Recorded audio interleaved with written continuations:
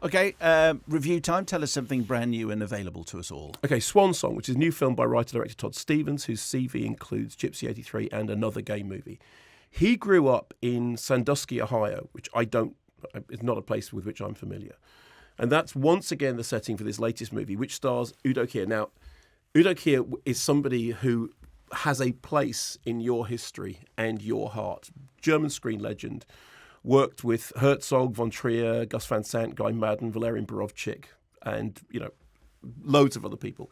He plays Pat Pitzenbarger, who is a former hairdresser, Liberace of hairdressing, who we now meet in a retirement home where he smokes these sort of long cigarettes, cares for fellow residents, folds napkins.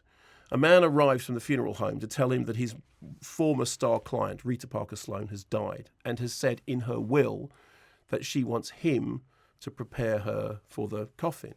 He refuses, says, bury her with bad hair. But then circumstances change.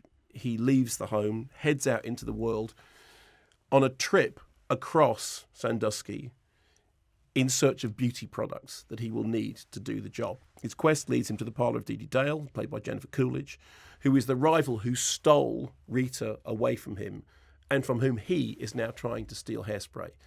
Who is the man in this clip? Oh, my God. Pat? Is it you? No. You look so athletic.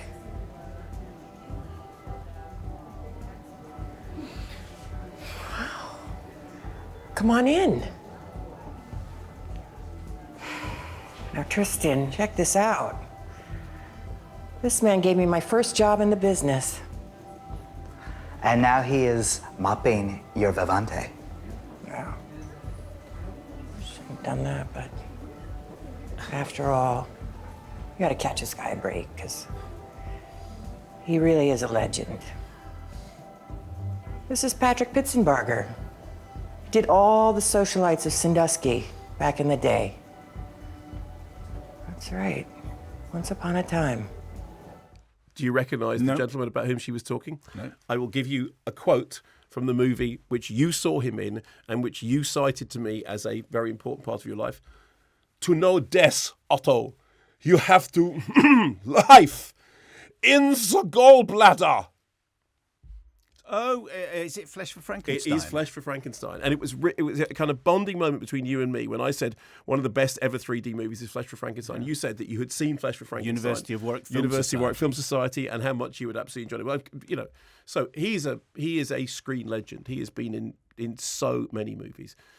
Thing with this is, okay, you know from the outset where it's going to go. You know that he's going to, journey across the town, the landscape of his past. Memories will come back to him. He will confront old demons. As he does this, he gradually picks up a costume. So he goes to a place where a salon used to be. Now it's changed, but they're worried about him getting sunburnt. So they give him a hat, a pink hat, the hat that he was wearing in that clip. He goes to another place where the person who's serving, it's a clothes store, the person who's serving remembers him because when she was a teenager, he dyed her hair blonde, and he remembers her because he says he remembers absolutely everybody. And she gives him this lime green suit that he then wears that then loses its sleeves. And then he goes to a bar where there used to be a drag act. It just happens that it's closing down, but it looks like the stage is set for, for one last kind of bowing out. So all that stuff happens. And the tone of it, do you remember I talked about a Harry Dean Stanton film called Lucky, which was one of his last and finest performances? No, sir. Okay, it was a lovely film, a really, really lovely film. And, Harry Dean Stanton, like Udo Kier, had this incredibly long career and worked in a number of different movies. But towards the end of his career, there was a kind of poignancy about him. Now, I think Udo Kier's still got plenty more movies in him, but there is something really touching about seeing this man who I've seen in so many different movies through so many different decades in what is his most likable, his tenderest, most sympathetic roles. He's almost like a kind of Anglo-Germanic Quentin Crisp. That face that in other circumstances has seemed so scary, so mean sometimes, so vicious, actually is just full of poignancy and pathos. And, you know, the film premiered at South by Southwest. It was then picked up by Magnolia for distribution. I was really rather charmed by it. No, it doesn't change the world. No, it doesn't do anything that's groundbreaking other than give Udo Kier the chance to show just how broad and sympathetic his range can be. I was really surprised by how much I liked this.